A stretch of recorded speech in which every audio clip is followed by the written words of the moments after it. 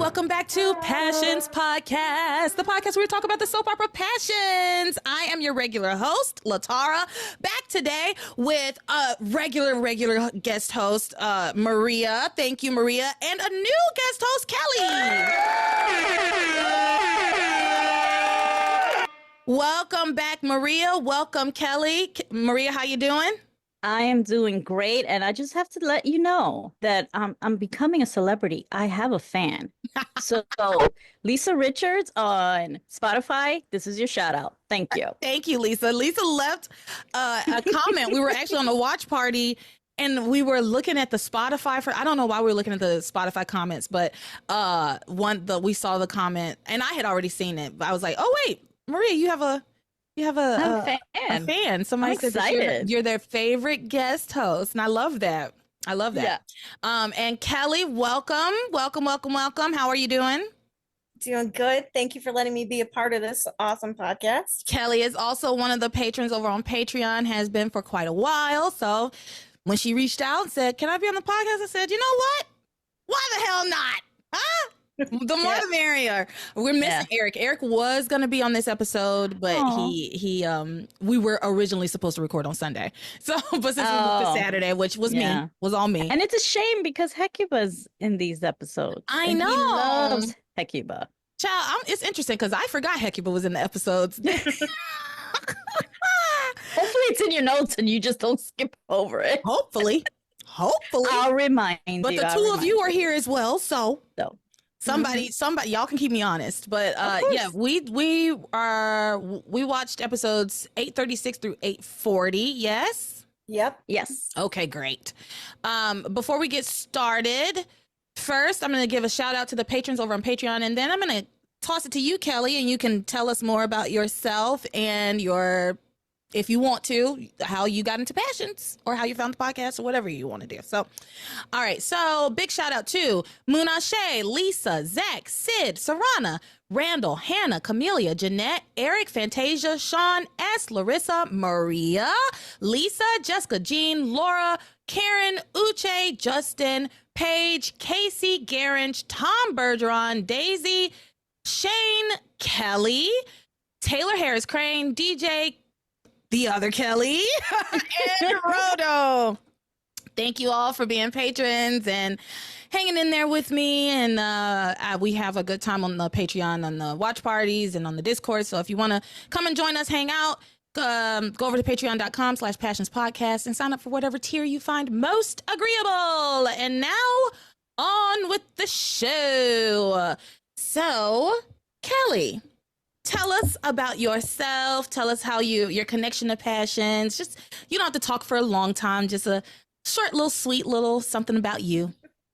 Well, I started watching Passions because my two sisters started watching in the very beginning, and it's kind of a triplet thing. So like, I wanted to be a part of what my sisters were doing. So naturally, we just all came over from school and immediately sat down for Passions, and we watched on and off all the way through till it went to, is it DirecTV? Yeah, DirecTV. Yeah, till it went to DirecTV. So. All right. And tell us, are you Team Theresa? Everybody, just if you're only listening, I'm wearing my Team Theresa shirt.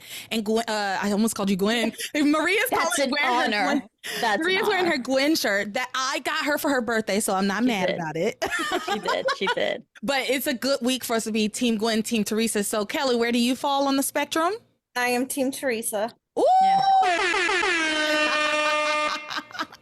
That's okay. You guys can try to gang up on me. Listen, I have my points. Gwen is up this week. Gwen is so up this week. Theresa's down, so I gotta root for my girl, right? Like I gotta do something for her because she is not winning the fight. No. She's not winning the fight. So this week we're doing something a little different because I I'm taking the week off next week because it's Naya's birthday, and I took 10 full pages of notes on these episodes. So this week is going to be our very first two-parter. So welcome to part one. Welcome to part one of Passions of this week's episode. Part two will be out next week. So hope you enjoy. Anyway, moving on with the show. All right, so we're going to start today. Actually, we're going to start today for because I was like, Maria's gonna be on. I want her at her clearest, her crispest, so she can talk about this storyline, her favorite storyline. So we're gonna start with the Theresa, Ethan, Gwen stuff this week. So let's pick it up. So we pick up at the Crane Industries. So reminder to everybody, right now at the beginning of the week, everybody's at Crane because of the elevator shaft incident, right? The elevator has like plummeted. And I think when we pick up the episodes this week, it's the elevator's like actively plunging down the elevator shaft. But David is in the machine room and he manages to pull the manual brake, which stops it from like, I guess, smashing to the bottom of the floor or to the basement or whatever. Yeah. Thereby basically saving the day in a way. Yeah, right? I think it stopped like on the 3rd floor, so they were able to get to them. Yeah, I guess. I don't know, to be honest. So just know that that's the scene here. We're all at Crane. So Gwen shows up. Gwen shows up and it's Liza Huber. She's back. She's back, people. The Gwen that started the role, the Gwen that defined the role, the Gwen that is going to finish the role. Gwen is back. Blonde Gwen. Gwen, I said this before and I'll say it again. Gwen has to be blonde. She has to.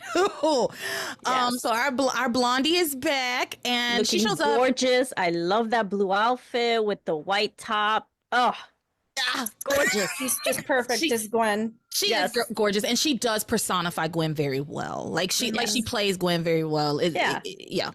I think Gwen and I'm still on my first note. Gwen and Theresa are supposed to be polarizing characters. They're supposed to be polarizing figures, and I think that the way that Natalie was playing her made us not really be. I wasn't polarized by it. I wasn't like, ugh, this character or ooh, this character. It was very much like, okay, Glenn, talking to yourself again, huh?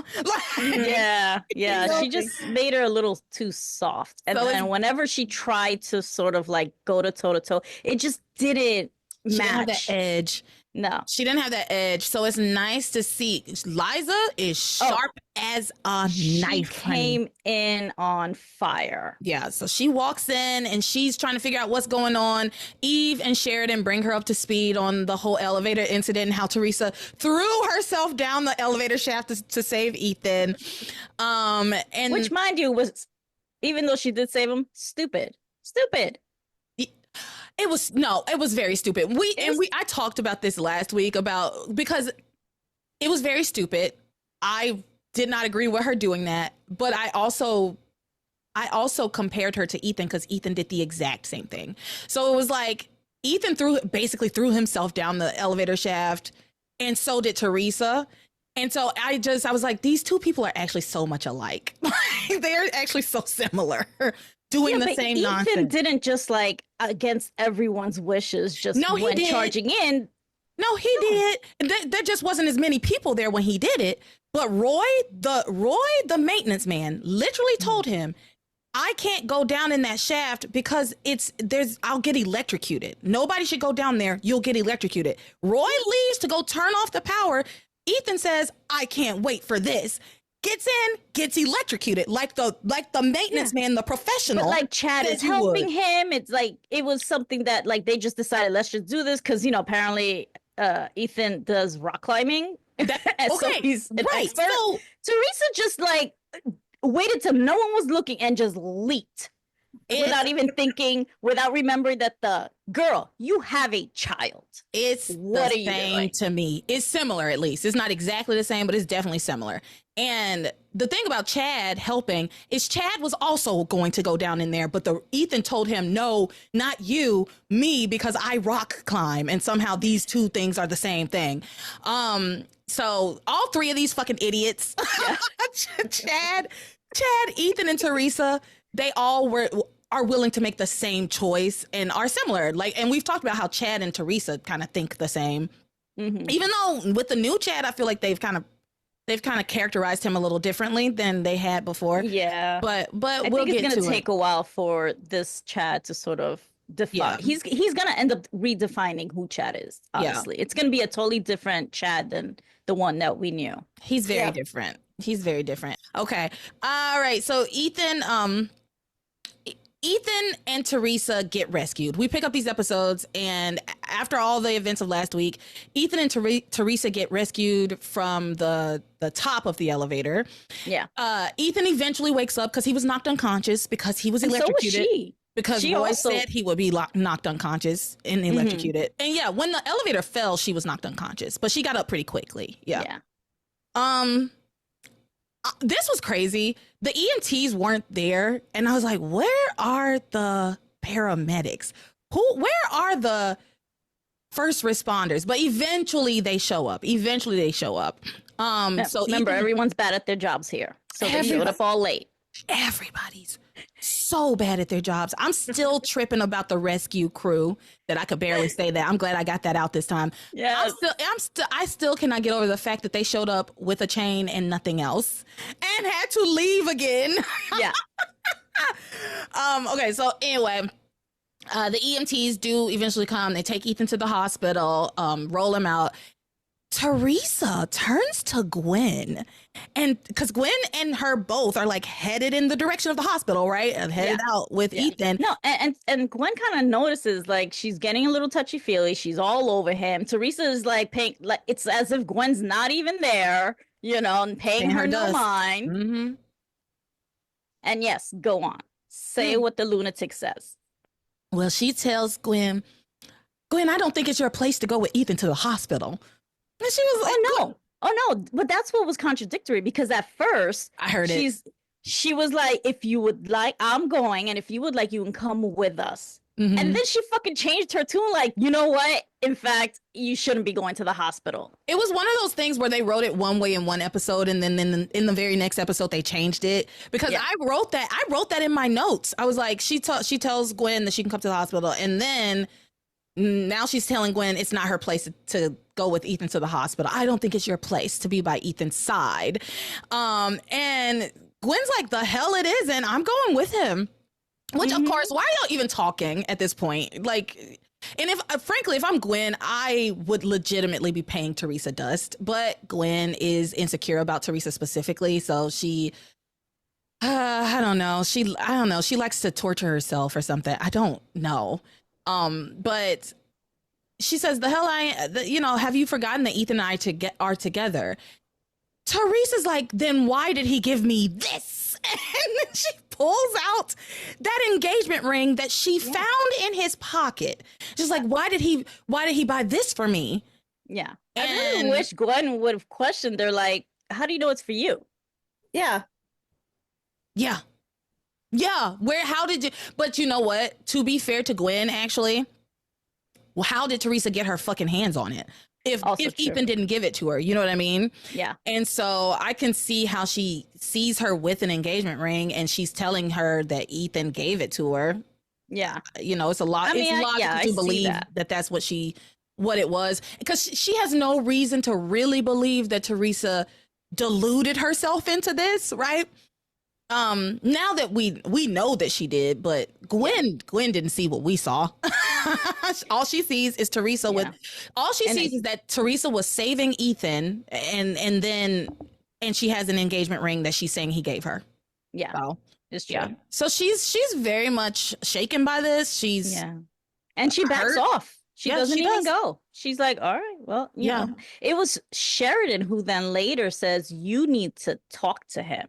You really need to just straighten it out, and like how we say about Chad and Simone, you got to hear the words. You have to say the words. Got to say the words.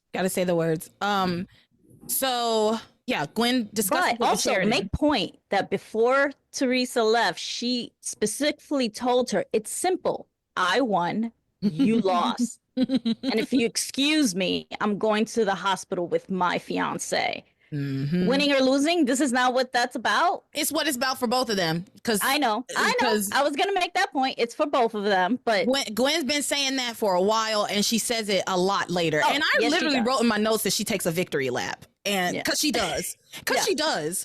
Yeah. A deserved victory lap. But let's keep going. Let's just keep going. Yeah. So Gwen has a conversation with Sheridan because Sheridan is there, obviously, because Antonio and Luis were helping with the rescue efforts. And she discusses this with Sheridan. She tells her, Theresa told me that Ethan gave her a ring. He's proposed to her, and I'm not going anywhere that I'm not wanted. Yeah, And that she's not going to be pathetic and hang on to something that's not going to happen for me. I mean, that's the right answer. It if is. you walk away. If someone didn't choose you, you walk away. Yes. However, I do appreciate what the advice that Sheridan gave her. Sheridan tells her, "No, this doesn't seem right. Didn't you just tell me that y'all just got back together? This doesn't sound right. Like you're misunderstanding. If I were you, I would stay as close to Ethan as possible until he tells you himself that he wants to marry Theresa. Don't take it from Theresa's mouth." And that's very, very, very good advice. Don't take it from Theresa. You need to hear from Ethan. I'm glad that Sheridan is finally on Gwen's side on this, because every other conversation is always about, well, Ethan loves Theresa and blah, blah, blah. Yeah. It's nice to hear Sheridan stand up for Gwen. I think Sheridan is on Gwen's side usually. I just think we don't see her having conversations with Gwen that often, and we see her having conversations with Ethan. And because she's having the conversation with Ethan, she doesn't want to tell him, like, you should choose Gwen, right? She's like, whatever you want, whatever you decide, whoever you love, that's up to you, and I will support you either way. So I think it is nice to see where Sheridan's loyalty does lie, kind of, that they are friends and that she is giving her some sound advice when it comes to Ethan. That's what I thought too. It was nice to see Sheridan stand up for Gwen and give her logical advice and everything, because you're right, we don't see that. It's usually her talking to Ethan, but it was nice to see the friends, supposedly best friends, Exactly.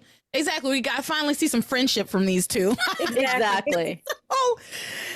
Because there was like 3 or 4 months of podcast episodes where I was like, these two women are not friends. Oh God, no.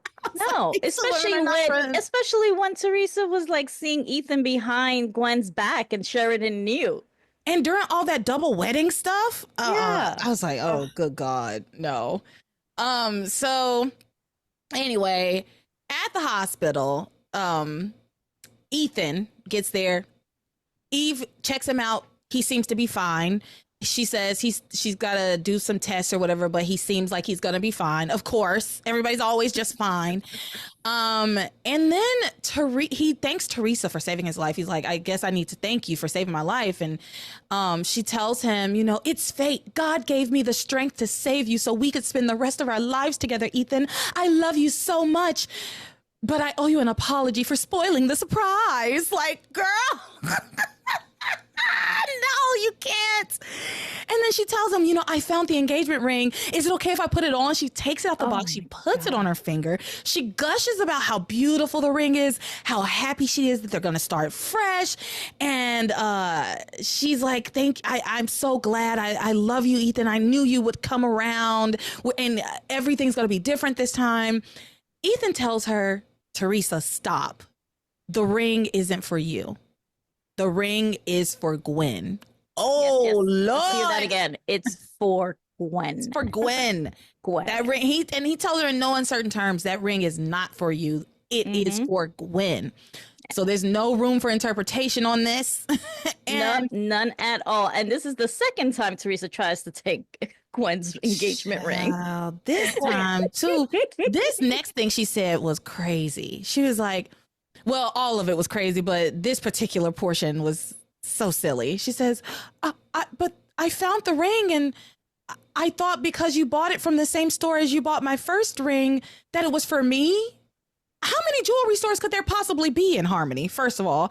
Second of all, he explains that that's just where he buys all his engagement rings. He was like, I got the first ring I got for Gwen, I got there. I got the ring for you from there, and I got this second ring for Gwen. It's probably the only jewelry store in town.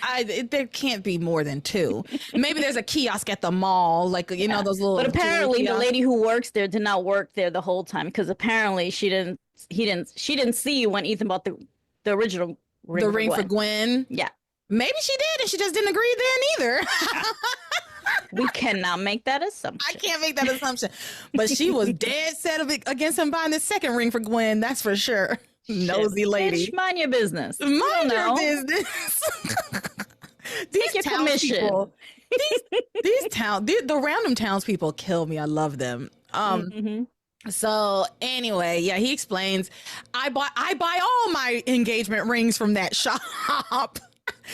And she's like, but we're meant to be together, Ethan. You can't marry Gwen. And he tells her, again, in no uncertain terms, the ring you found is for Gwen, not you.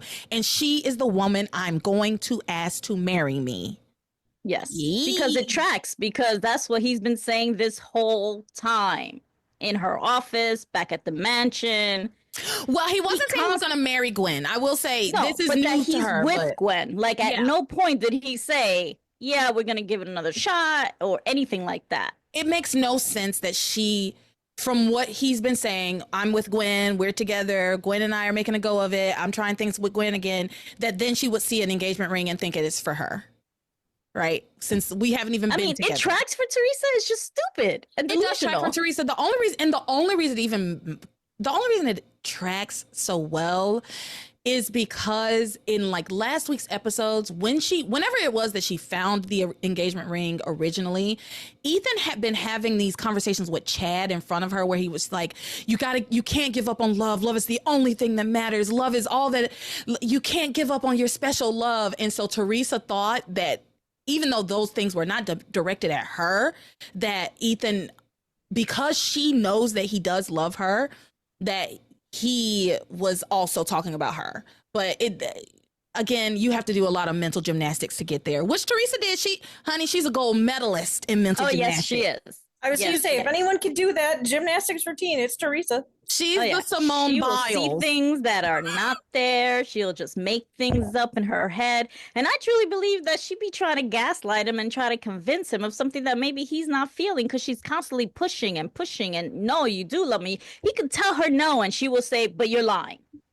Like, unless it's what I want, then you're wrong. I mean, that's not wrong. You're not wrong. But I also think we know that Ethan loves Theresa. Yes. So she's not wrong when she says it. And it would be different if we were seeing him have conversations elsewhere with like Chad, where he was like vehemently denying, saying like, I do not love that bitch anymore. I have fallen out of love with her. I don't have any feelings for her. But since we see him having those conversations, but especially with Chad a lot, where he's like, yeah, I do love Theresa, I just can't trust her. And he has said that to her several times, and she ignores the can't trust you part. Of course she does. And she clings to, well, but you love me. And that's because in her mind, in her sensibilities are that love conquers all, right? And so she's like, love is more important than anything.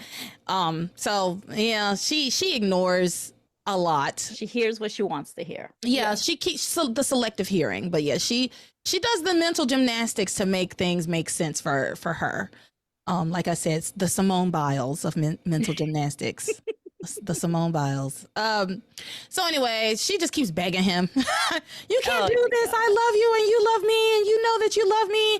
And Ethan says, Theresa, you keep talking about love, but you can't have love without trust. And everything you've done, I can't trust you anymore. You've lied to me over and over again.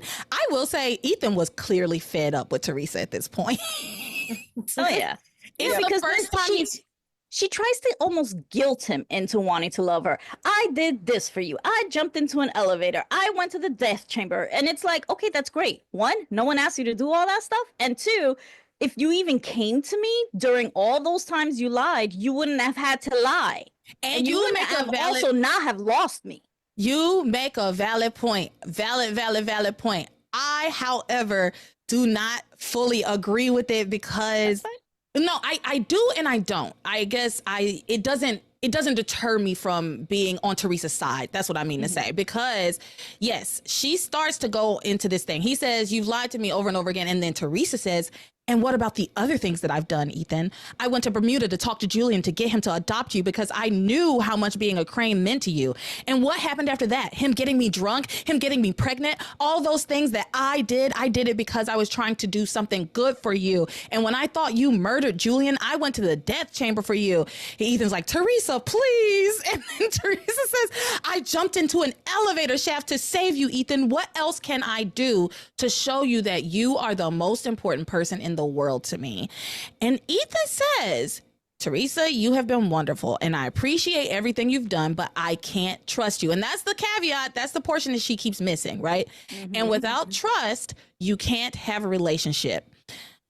Yeah. So while I get what you're saying about like the things that she did, it was like you did this, but it was a folly. Like you didn't have to do these things, and you should have talked to Ethan and been honest with him about what was going on, and you wouldn't, and these things wouldn't have happened.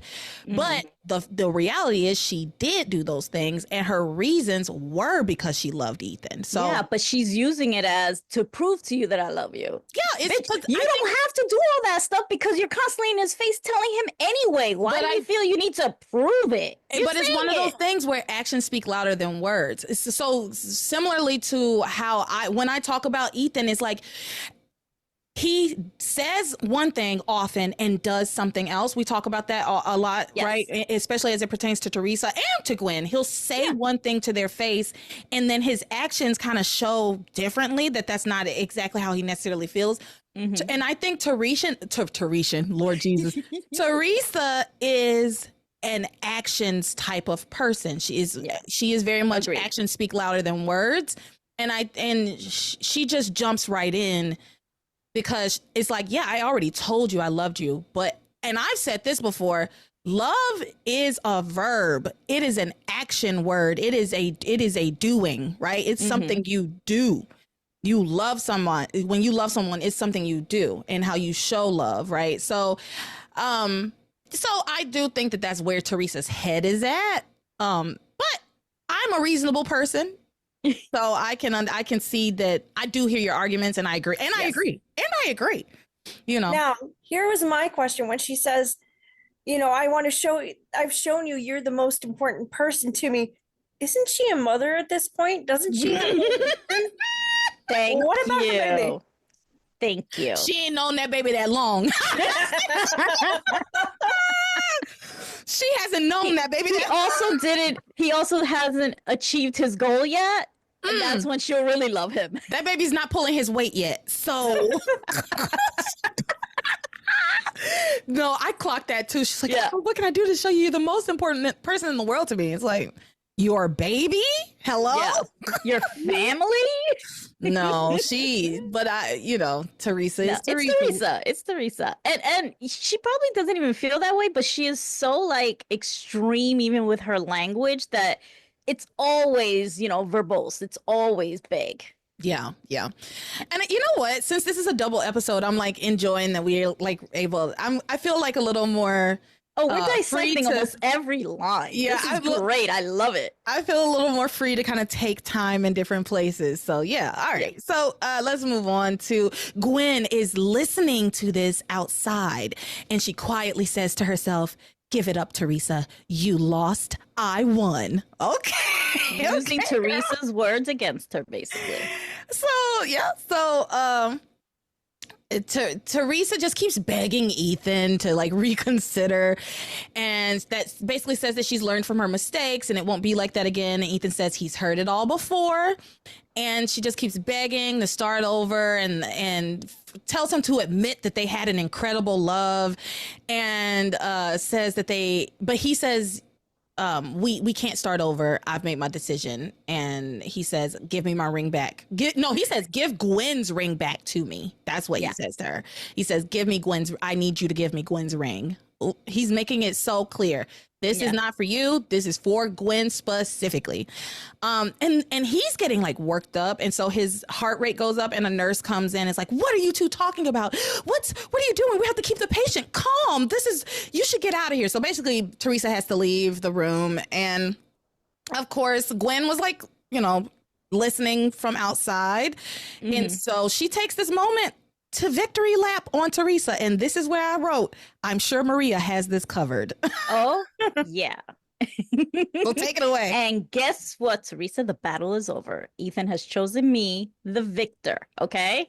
She's like, oh, so you heard? And she's like, every word. Ethan is mine, and there's nothing you can do about it. I mean, she was gloating, and I applaud her for it because it's well deserved. After all the shit that Theresa's always throwing in her face, yes. Yeah, Gwen's been down for a long time. I will say, no, actually, never mind. I'm not going to say that because Theresa set herself up for this one. Theresa set herself up for this one. If Theresa hadn't done that bullshit with the ring, right? Like, if she hadn't done that with the ring, I might be a little more like, Gwen, why are you bothering with this, considering? But Theresa did the thing with the ring, so yeah. And told her, don't even come to the hospital. It's not your place. Yeah, so all right, Gwen deserves Theresa, her victory lap. Get the fuck out. This ain't the place. Gwen deserves her victory lap for sure. Yeah, for sure this time. Can we have horns? I don't know if I want to do the. Okay, I'll give you Thank one. All right, but that's like where we end it with them this week. You got anything to add, Kelly, Maria? Anything to add to this before we move on to Chad and Whitney? I don't think so. Hold on, let me see. No, I think that's it. Yeah, we got in pretty good. We've talked about it for a good little bit. Yeah. All well, right. Gwen does then go into the hospital room. That's what I have. And then she's like, oh my God, I'm so glad we're going to be together. Yeah. But he's like knocked out. He's not awake anymore. And she goes in there, which was weird to me. Yeah, he was just like fully conscious and now he's like out. Yeah, he was completely maybe that nurse sedated him. If you want a sedative or something to quiet your nerves. Maybe that nurse sedated him. She works for Eve. He Russell kind of after all. looked paralyzed even when talking to Theresa, the way he was just laying back and not moving too much. He got so agitated. He was like laying there, but he also was very much alert and very, very clear and said a lot to her. Yeah. So he was awake. And Eve had just told us he's fine. Yeah. So it's weird to me that he's like so knocked out. Well, whatever, doesn't matter. Yes, Gwen goes in there and she talks at his unconscious body, even though he was just awake. She's done it before. And she'll do it again. She'll do it again. Exactly. Yeah, she's just like, I'm so glad we're gonna be together, Ethan. Yeah. Okay, it's great. a good boost for her, and she kind of needed that because she is insecure, and Teresa's always in her face talking about you're not going to be with him, he's mine, blah blah. So this is going to make her feel so much better to know that, oh my God, he does love me. He does want to be with me. She needed that boost for security, for sure, because she was the fact that she believed Theresa in the first place, right? Like, even though it doesn't actually make logical sense, even though I just defended it a little bit ago. Oh, yeah. Like, I can see, but it also shows an insecurity. The fact that she just believed Theresa and decided, you know what, I'm not going to go where I'm not wanted and wasn't going to have a conversation with Ethan about it. It's like, baby, we're going to have it the fuck out. If we have been together and then another woman comes to me and says, Ethan proposed to me, he gave me a ring, you think I'm just going to disappear? Hell no. No. We're going to hear the words. Yeah, we're going to have this out for sure. And we're going to get to the bottom of this. So anyway, moving on. That was good. Yeah, it was good. I'm glad you enjoyed it. I knew as I was watching it, I was like, oh yeah, this is right up to. I was about to call you Theresa. My God. Oh, first Gwen, and now you're gonna call me Theresa.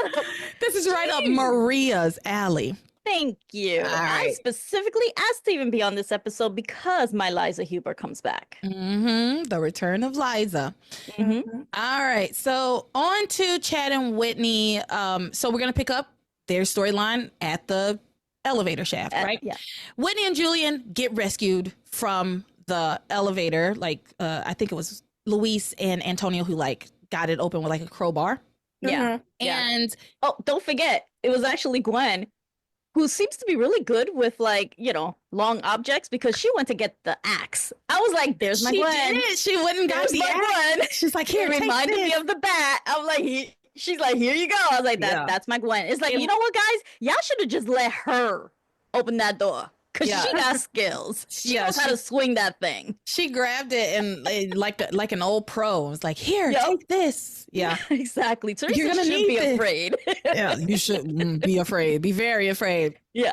Gwen's on the loose with an axe. Oh God! If you thought the bat was bad, Yeah. So she's like baby Norma with her axe. So yes, they get They get it rescued open, from the elevator. And when they open up the elevator,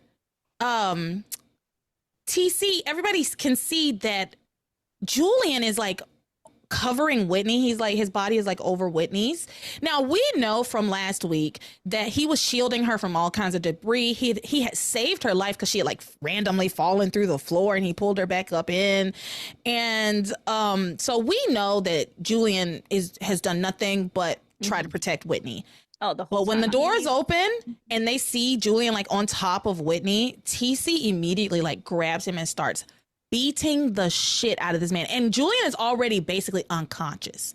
He starts beating Julian senseless. And this was one time, for once, I didn't enjoy it. Usually when Julian's getting his ass beat, I'm like, yeah. Like, you know, Yeah. usually when TC's like beating up Julian or anybody's beating up Julian, I love it. This, I hated it. I was like, it's obvious that he is clearly not doing anything to Whitney. I don't know. Yeah. The man was But- unconscious. They also try to justify it because they were hearing Whitney say, you know, stay back, stay away from me. So they were assuming he was physically trying to assault her. Yeah, which doesn't make any sense. Julian uses this moment where the elevator's about to fall to sexually assault Whitney. Yeah. Doesn't make any sense. No. No. It doesn't make But any logical it kind of shows how low of an opinion they have of Julian, that True. they think that he would be capable of doing that even at this moment. Yeah, you're absolutely right. That's spot on. So TC is just beating the crap out of Julian. They get Whitney off the elevator. She's knocked out. Chad like gets her to wake up. He brings her to, and she realizes that TC is beating up Julian because he thinks he's done something bad to her. So she gets up and immediately is like, you have to stop. And she explains that Julian saved her life and that he bandaged up her arm with his own shirt, and that he pulled her up and saved her life when she like fell through the floor. And everyone is extremely shocked that Julian selflessly protected her, right? Everybody's like, Julian did that? Really? Julian?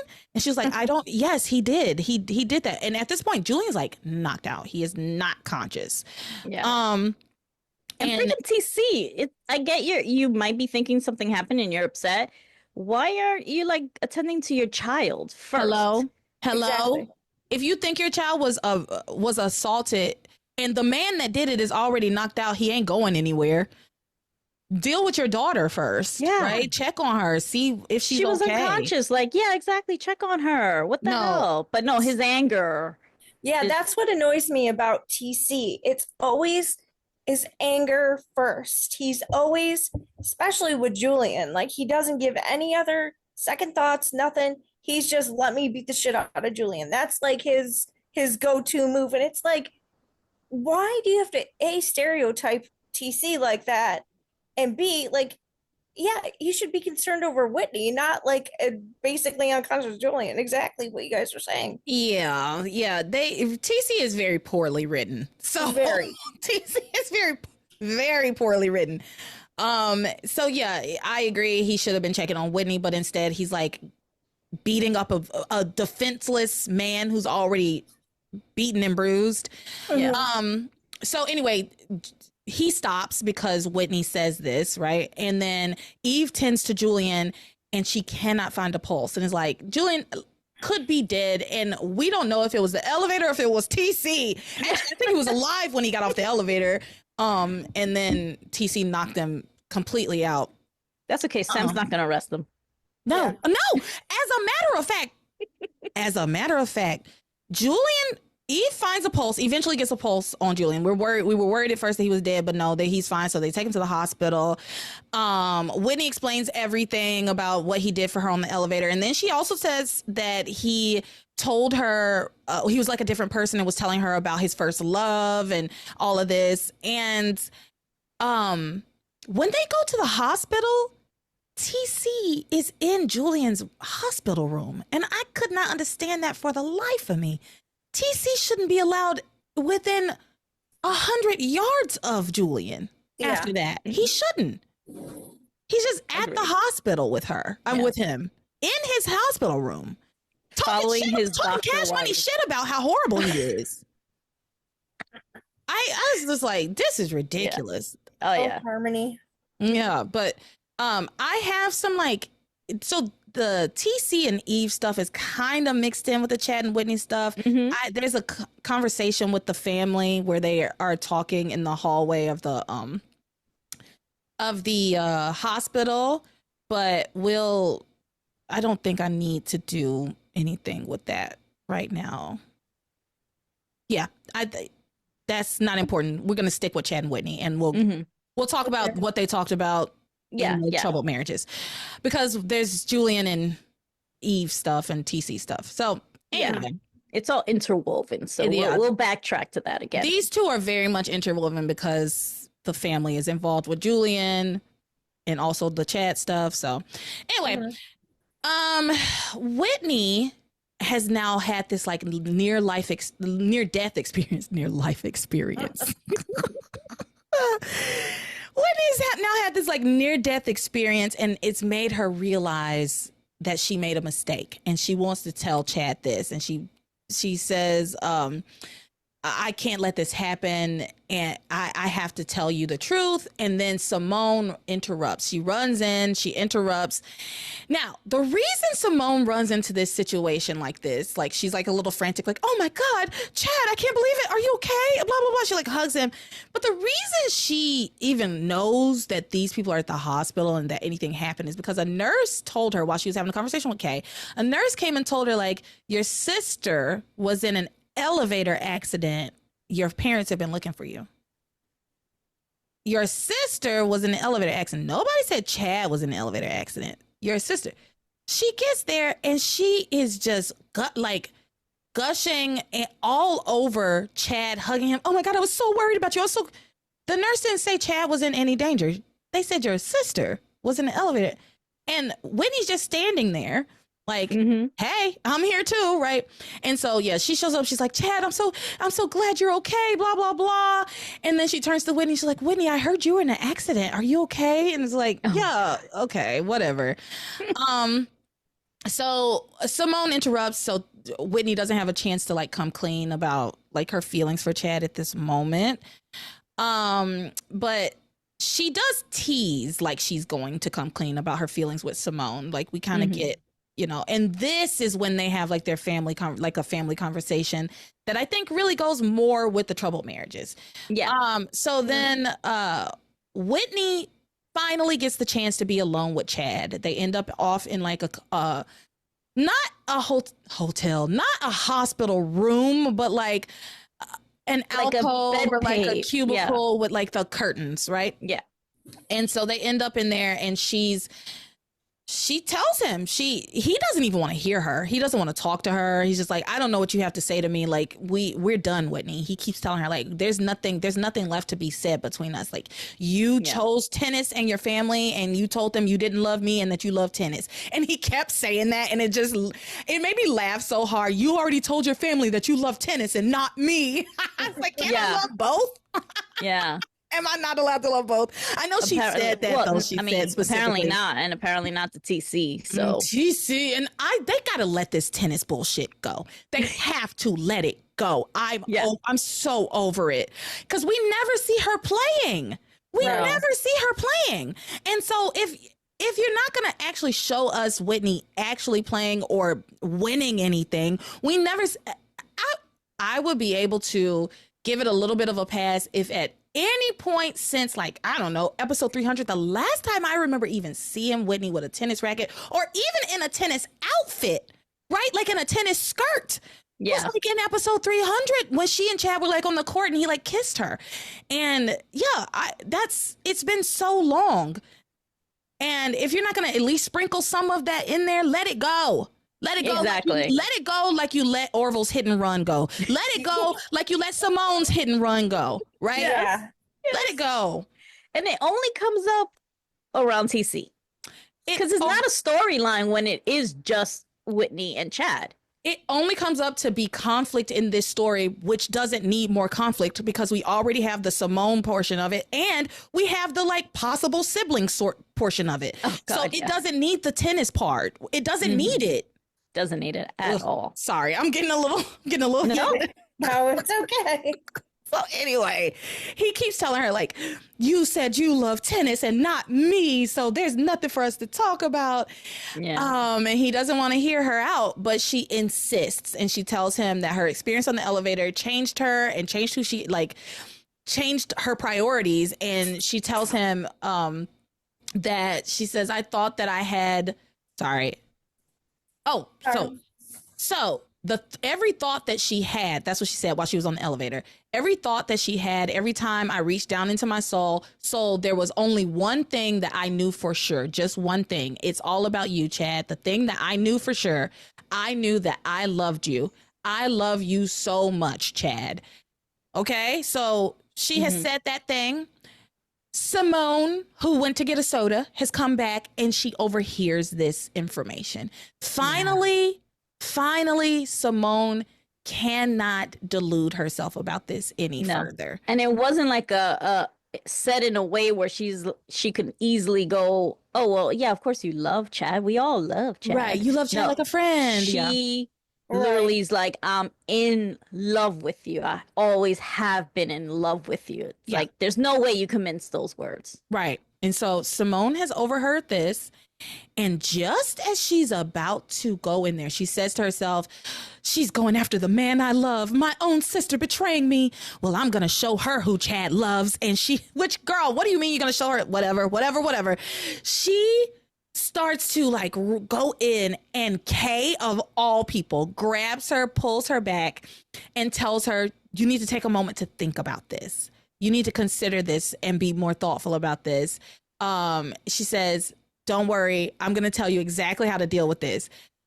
Girl, why should she take any advice from Kay of all people? Yeah. And also, Kay, why do you even want to help her at this point? And we'll get there later, but Simone's not even really a friend. I think the reason I think Kay wants to, quote, help her is to show Simone that Simone's no better than Kay is. I do. Because Simone's up on her moral high horse about Kay constantly. True. And I really think that because Kay has said as much like, wait till you're in love, Simone, or wait till somebody tries to steal the man you love from you.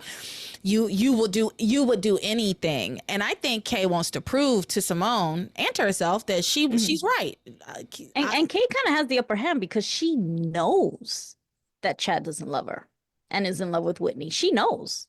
Yeah, and it's so but I guess we know that doesn't matter to Kay, does it? Because no, I mean she kept it from her on purpose. Yeah, because it benefited her. Yeah, she kept it from her because it benefited her, and also like it because their situations are somewhat parallel. It behooves her to also make sure that Simone doesn't know that Chad loves Whitney, or at least that she can keep her in that portion of the delusion. Yeah.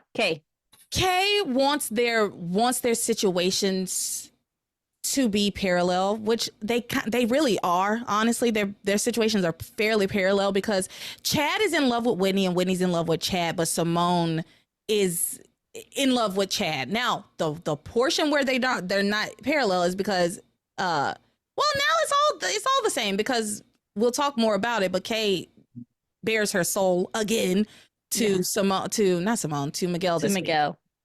Anyway, We'll get Kay's there. doing all that to say, Kay's doing this because she wants basically to prove to Simone that, like, you're just as bad as I am. You're always talking about how fucking horrible I am, but watch what you're about to do. Watch what I'm about to get you to do, right? And so Kay tells her, do you need to deal with this exactly how I tell you? And she says, Chad won't like it if you go in there acting like a jealous teenager. You need to do this. You have to be mature about this because he's a grown up. And it's like, which sounds so bad. It sounds so weird. Yeah. It sounds so weird. And then yeah, because she does bring up the point. Chad is actually closer to Whitney's age than yours. And she then tells her, Chad won't like you going in there acting like a jealous teenager. And also your parents will blame Chad for you and Whitney fighting over Chad, right? They'll probably blame him and maybe even forbid you from seeing him because it has caused a rift between you and your sister. And so she's like, you got to be cool. Stay cool, man. Be cool, man. Real cool. Y'all ever seen West Side Story? No. Yes, I don't remember that song, but the Jets, after they do the rumble, and one of the people dies. I can't. Maybe after Bernardo. Is that his name? What's the brother's name? Is it Bernardo? Oh, I don't remember. Whatever. After he dies, all I know is Maria and the song. Yeah. Maria's brother's name is Bernardo, I'm pretty sure. After he gets murdered at the Rumble, the Jets like go off into hiding and they're like trying to be cool, man. Stay cool, man. Anyway, whatever. It's not a great song, but I do enjoy that scene. Anyway, she tells her, be cool like a jet. And she says, you need to work on making your relationship with Chad rock solid. How? How? I'm really interested to see how this all plays out. She said, you need to work out on making your relationship with Chad rock solid. And whatever you do not let your parents get involved because you can trust me on this. I know that the second you let your mother get involved, you can't win. And she's like projecting that, like her issues with Grace onto Eve. But the thing is, Simone can't win because Chad doesn't love her. Yeah. Right. And that's the long and short of it. I think with Kay, she knows that, but she probably thinks if I can get them together, then for sure Miguel will be able to come back to me. He slept with me already. He's told me he loves me already. Like, she thinks she has more, she's ahead of the game further than Simone is. And then if she can get Simone to be with Chad, then, it'll be easy peasy. She thinks her tactics work. She thinks that she's like the poster child for, getting a man to love you, even though Miguel still does not love her, is still quite in love with Charity. And as a matter of fact, this portion of the show, of the episodes, actually happens after what happens with Kay and Miguel, which we will talk about in a little bit. But she's giving she's giving Simone terrible advice.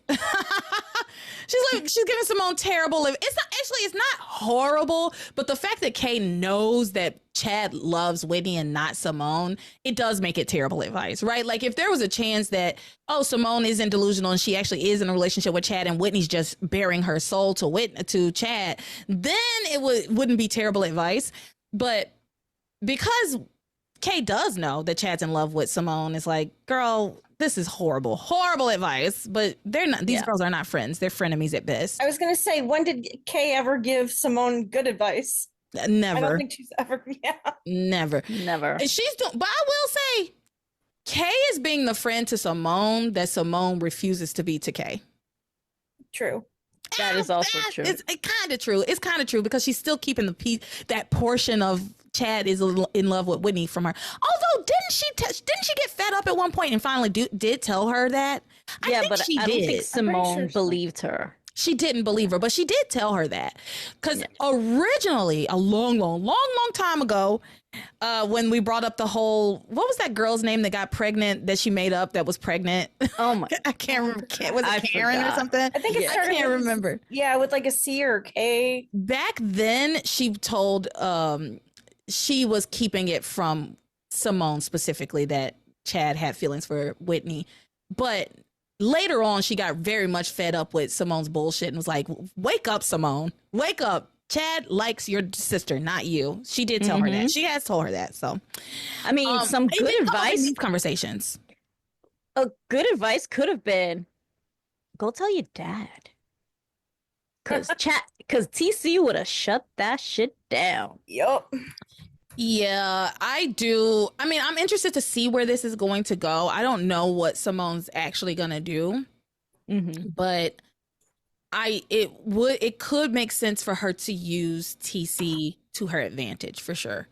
Yeah. Especially if she feels Whitney won't stand up to him, because TC's been the problem the entire time. I think if TC wasn't involved as much as he was with the trophies and the crying and the dead father stuff, I think Whitney probably would have, said, I am in love with Chad. And but because of all that heavy guilt he laid on her, I think Simone, if she wanted to, could use that to her advantage for sure. So yeah, and Whitney can get Eve on her side because Eve knows. Eve does know. But I actually think Kay is absolutely correct in her analysis that if these two girls start fighting over him, that their parents will just put their foot down and say no Chad for either of you, right? True. Like, if you're fighting over the front seat, you both get to sit in the back now, right? And it would actually circle back to Eve's vision that Tabitha had her read in the tea leaves. Her daughters fighting. Yeah. That would have actually been interesting. I wonder if it comes up again. I don't remember. Well, they're about to start fighting for sure. There's no the adults are not going to know yet, I'm sure, for a while. Yeah, they're going to probably try and keep it from from their parents. But anyway, Kate gives her this advice, tells her she needs to be mature. You need to be an adult, and you need to beat Whitney at her own game. And oh man, I want to say this. So Simone is fuming. She's so upset. She's like, how could my own sister do this to me? And Kay says, I've had a feeling for a while now that Whitney had turned into a little tramp. And that's rich coming from Kay. I know. And then she says, forget the perfect daughter routine she always pulls. She uses that to get what she wants. And then Simone says, and she wants everything, including the love of my life. I do feel bad for Simone, because I can tell that she really feels like the afterthought child. Yeah. And doesn't even know her name. He calls her Sugar Bear. That little line right there, she wants everything, is very telling about how she really feels about her sister. Yeah. And it's not like Whitney is like wanting and taking everything from her. Whitney just is getting more attention from their parents, specifically TC, right? And and she's more talented in tennis. And if I know Simone's a child, like she's about to turn 18, but someone needs to counsel her to find what it is that she is good at. What do you love to do, right? I hate that TC has like written her off, right? Yeah. Like, Whitney's the special one. She plays tennis, and that's why she shouldn't have anything to do with boys, because she's going places in life. Simone, find a boyfriend. Do what you will. Fine. Because you're not special. There's nothing special about you. I feel bad. Did he even try to teach her how to do tennis? I mean, they could have been like the Serena sisters. They could have been both of them. Yeah. They never talk about it. No. But yeah. If he was smart, he would have pushed both of them and just figured, okay, I got 1 out of 2 chance. I have 2 chances that these girls can make it. It's possible. Maybe he did, and Simone just didn't have a talent for it, and so he didn't push her the way he pushed Whitney. So anyway, Simone says, Whitney wants everything, including my love life. And Kay tells her, but you're going to get her back for that. And you're going to do it not by being a jealous baby sister. You're going to do it by being mature about this and being an adult, by beating Whitney at her own game. And Simone says, I'm not going to sit back and not do anything. I'm going to go in there and I'm going to let my sister know how much of a slut she is for trying to steal my boyfriend. She is a backstabber, and I'm going to show her that Chad doesn't want her. He just wants me.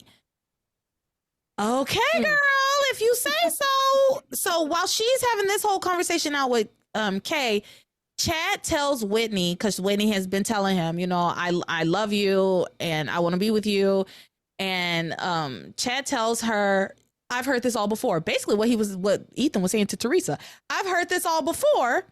And I don't believe that things will be different this time. Every single time you just say you love tennis and not Chad, and you've had multiple chances to tell the truth and you didn't. And then he gives her the ultimatum. He says, either you tell your father, your mother, and Simone the way you feel about me, or we split and go our separate ways. And then she agrees. She says, you're right. It's time. And he's happy. He accepts this. They warmly embrace. He tells her he loves her so much. So that's where we ended with them this week. Anything to add before we go on? I just don't understand why Chad just doesn't break up with Simone.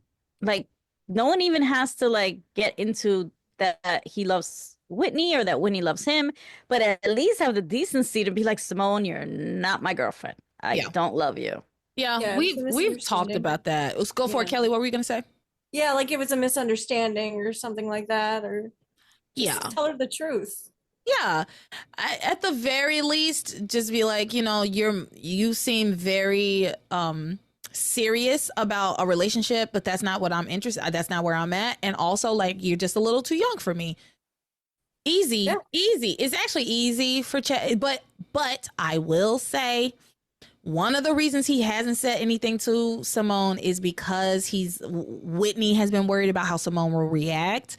And so he was taking her feelings into account, I guess. But it's your life, Chad. It's your life. And if you've broken up with Whitney, because up until this point if you've broken up with Whitney and you're saying you're washing your hands of the whole thing, you have to clean that portion of it up too. Yeah.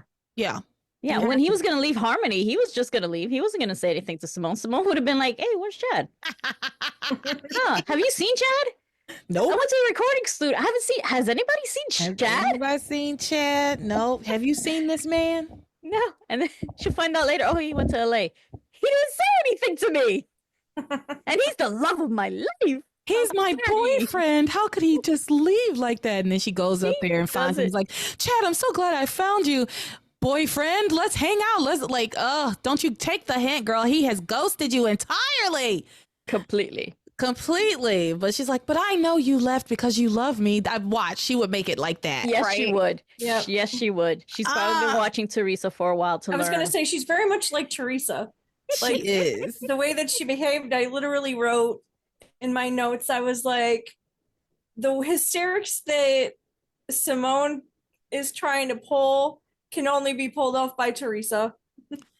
I don't know. I think, well, yeah, I guess I find Simone to be more delusional than Theresa.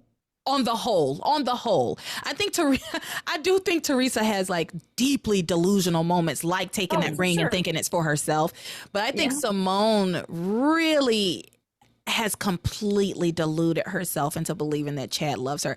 Chad has never told her that he loved her. At least Ethan's told Theresa he loved her. At least they were gonna get married. They were actually in a relationship at some point. I was gonna say, in Theresa's defense, they did have a history. Enough. They were gonna get married. There's a foundation there. Chad has never given her any indication at all. No. Right, that's except true. for what she convinced herself. No. All right, The so flowers or sneaking into the window. Thinking it's all for her.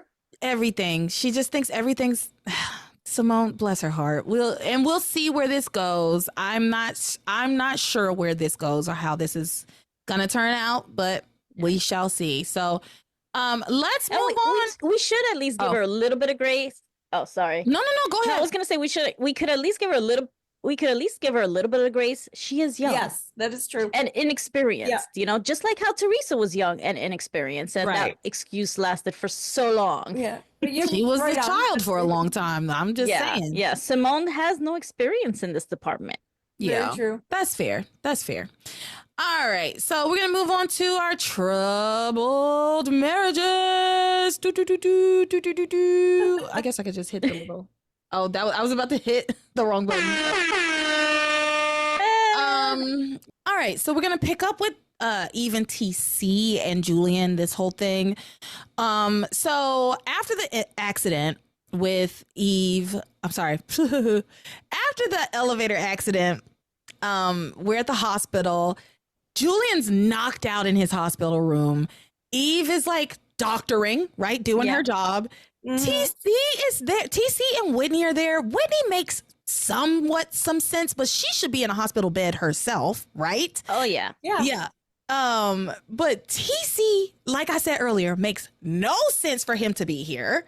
None at all. Since he only is the to sort of reason hang Julian around his wife. Yeah.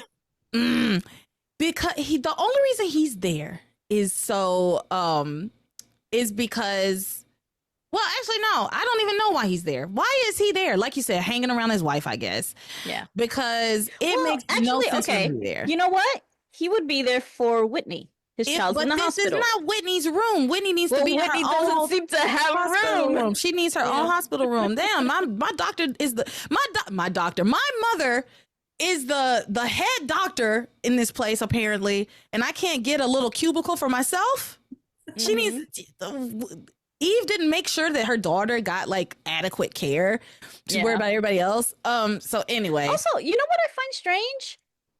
This would have been a perfect situation to have Rebecca floating around. Yeah. Like, Where is Rebecca? Rebecca? You know, besides being Gwen's soundboard, this is Julian. Yeah. You're proof. Yeah. Like, where is... I guess I she mean, didn't get the granted, no call. one's going to think about calling Rebecca, so I get it. No one's thinking about Rebecca, but the writers is like, why isn't Rebecca here? But you know what? Gwen knew about it, and you would think that Gwen would call Rebecca and let her know, especially after learning about all the stuff with Ethan and Theresa, that at some point she would have given Rebecca a phone call saying, hey, Ethan's at the hospital, right? Like, and that's where I'm at. I'm at the hospital. Because she tells her, I feel like she and her mom are very close. True, but in this very moment, like, she's running after Ethan. Right. That's where her mind is. And she's waiting to get proposed. Well, she's the only person who would have called Rebecca. So. Exactly. And it would have made sense. If we wanted Rebecca in here, it would have been Gwen who had to make the call. Yeah. So anyway, TC's in Julian's hospital room talking about what a fucking creep he is and how horrible he is, and you know, like, I didn't know that he helped you. That's why I was beating his ass. And like, you should not be here. You should be in a jail cell, to be honest. But you know, his best friend's the police chief. Yeah. TC starts saying some dumb shit about, as usual, about, you know, what about all that stuff Whitney was saying about his first love and this woman that he loved? I feel sorry for her. Okay. And then he goes on to say, and well, I wonder if she's married now. Well, I hope her husband doesn't find out she was with Julian. And Eve's like, well, what if her husband loves her enough to, and he understood, like, she was young and she got caught up with Julian. He's like, well, any man who knew Julian Crane would not be able to forgive or forget if his wife had slept with Julian Crane. I think it would eventually destroy their marriage. Why do you care so much about this? Yeah. About this mythical woman that you know nothing about. And I mean, of course, we know it's his wife. And so he sounds like a fool, right? He sounds like a complete idiot because we know exactly who this woman is. But that aside, why do you care about this so much? This isn't the first time TC has kind of brought up this a woman that Julian could have been involved with, and like how bad he must feel about her, and that she must be a slut and she's a whore, and like all of this horrible, crazy stuff. Yeah. One, people's past, there's nothing you could do about their past. It is who it is what it is.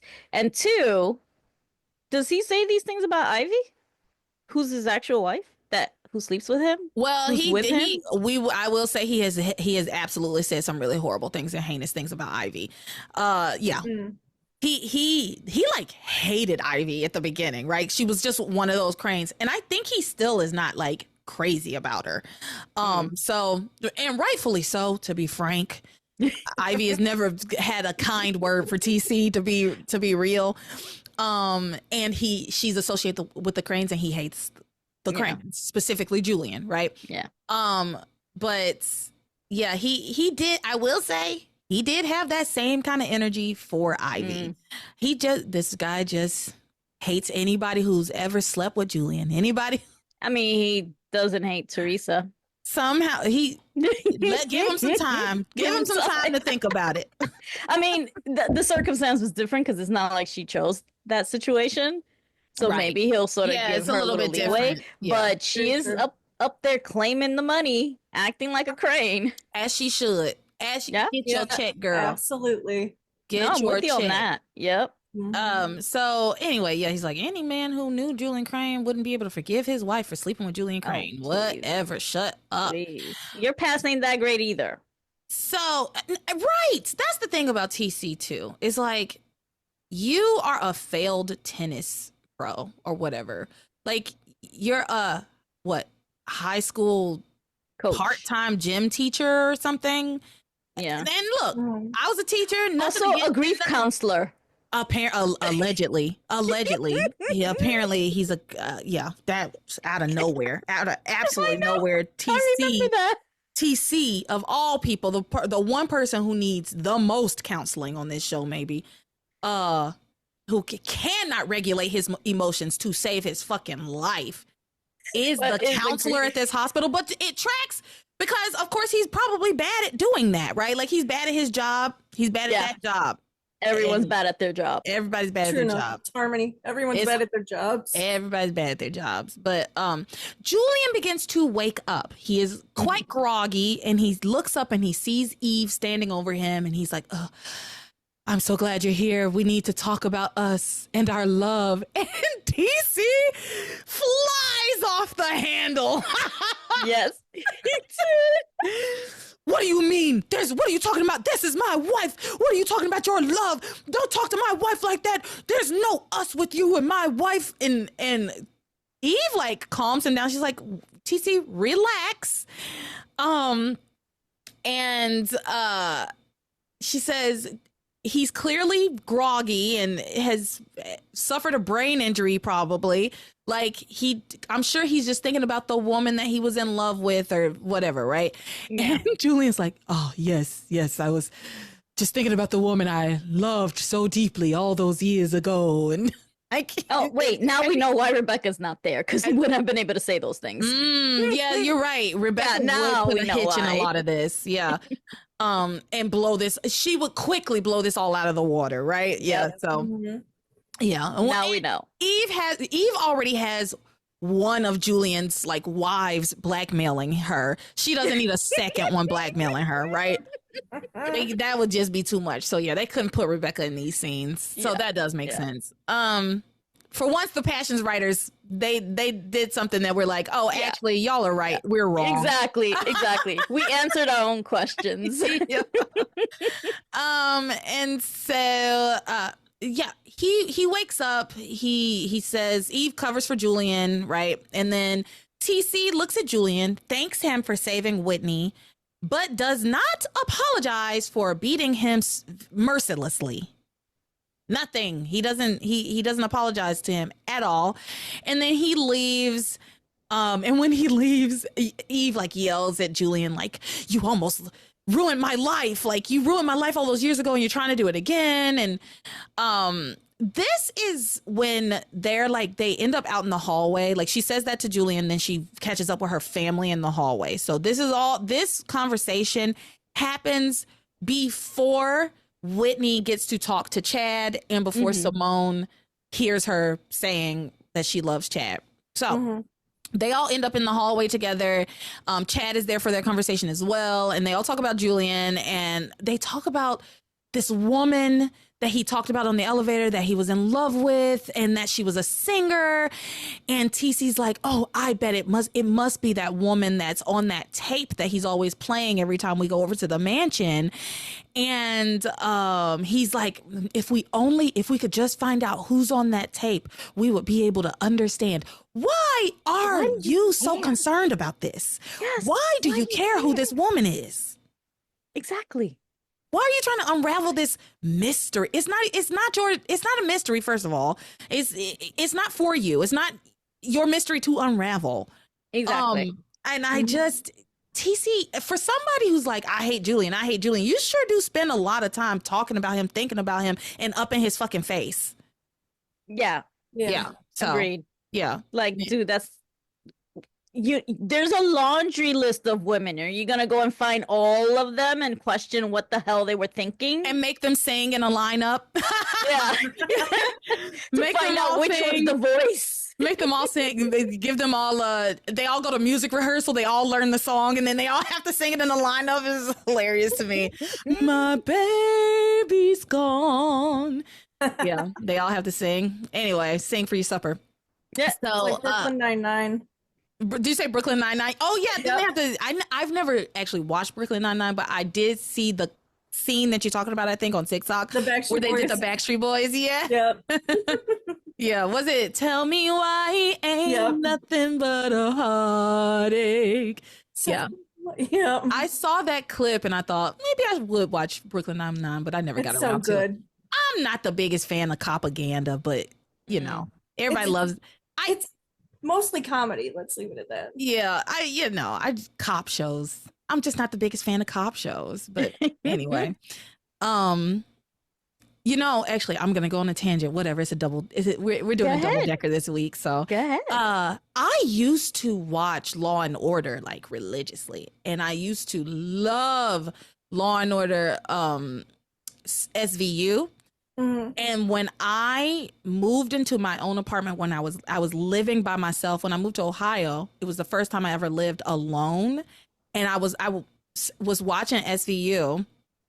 And I had to stop. I had to stop watching it because it made me so paranoid. I was so nervous that somebody was going to come in my apartment. I was there by myself, and it was like the first time I lived alone. And I haven't watched it since. Isn't that crazy? That is crazy. I haven't watched it since, and I used to watch it religiously. I loved SVU, but It makes sense, though, honestly. yeah. Mm-hmm. It made me You don't live nervous. alone anymore. You can pick it back up. I don't live alone anymore, but now I live in New York, so it's even more like It would be creepier. it's even more like, this could happen to me. Don't blame And me. you know what? The thing is too, in New York too, and like living here, since it's my niece that I live with, it's like I'm still the one that has to do the protecting. Right? Like she ain't gonna be protecting me. I'm the one that has to do the protecting. So it's still like, I don't even want to think about that. I don't even want to think about it. So Don't blame you, not at all. yeah. So anyway, back to passions.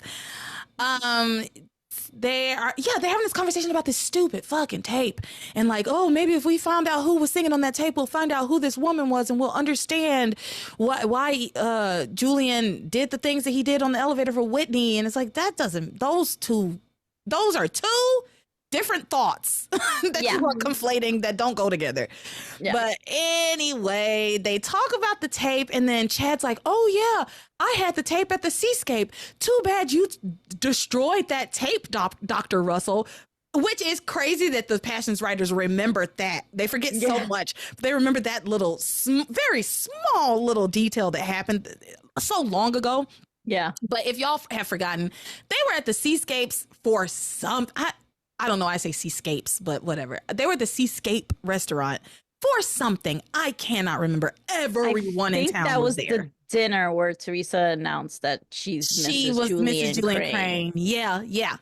So everybody in town was there. And he was DJing. He was working. And he got that tape. Where did he get the tape from? Was it Rebecca?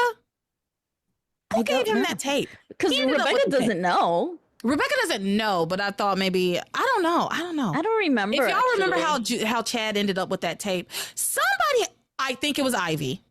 I was going to say, if anybody, it was Ivy, probably. I think it was Ivy. I think she had given it to the maitre d' and told him, like, make sure this gets played to put pressure on Eve, because this was around the time that Eve was supposed to be faking the DNA results. We figured it out. There we go.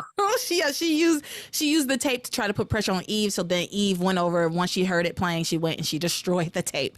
Yeah. So this comes up in this conversation. Chad's like, yeah, remember that tape you destroyed, Dr. Russell? And TC's like, Eve, why did you destroy the tape? What were you doing with that? And Eve's like explanation was so funny to me. She was like, well, it was just, the music was just so depressing. the music was just so depressing. And TC was like, so you destroyed the tape? And she was like, well, I knew it was Julian's, and anything that has to do with Julian is disgusting, right? And she knew exactly what was going to get her husband to like let it go. And it was that she needed to trash Julian in this moment and say like, I did it because Julian is evil and we need to destroy anything that has to do with Julian. It was just so funny. And it works. It always works. It worked. It worked this time. It will always work. Well, she knows her husband and his triggers. Yeah. She says anything that has to do with Julian is disgusting, right? And this satisfies TC, really. Mm-hmm. But then a nurse, so the kids like leave and it's just Eve and TC left alone. And then a nurse comes and tells Eve that Julian is like out of the X-ray area or whatever it is. And that he's asking for her. So she's like, all right, honey, I'm going to go. And TC gets incredibly suspicious. It was insane. He like puts his hands on his hips. And he's just like, Eve. And it's like, she's just doing her job. She's doing her job. Her patient asked for her. So she was going to go see about her patient. Yep. Her patient who just had a harrowing experience, almost died. She couldn't find a pulse on him for a little bit. Saved her daughter's life. That's the biggest thing. Put his life on the line to save her daughter's life. And so she is going to very normally, it's not like she was like, oh, Julian, I gotta go help Julian. I gotta go take care of Julian. No, she told the nurse like, okay, I'm gonna head over there. And TC gets extremely suspicious. And he's like, Eve, what's going on? Something doesn't add up. Why are you concerned about Julian? Why are you rushing off to see him? No matter what heroics he did, he's still Julian and he's still evil. Okay, relax. Bring it down a notch, buddy. Mm-hmm. And she says, Julian is my patient. I can't let my personal feelings get in the way of my job. Mind you, my job that probably pays the bulk of the bills at our house. I need to do that. Like I'm sure she makes more than him. Way more. I, in fact, was a teacher. I know she makes way more than, and I was like a real teacher, not like. Oh, damn.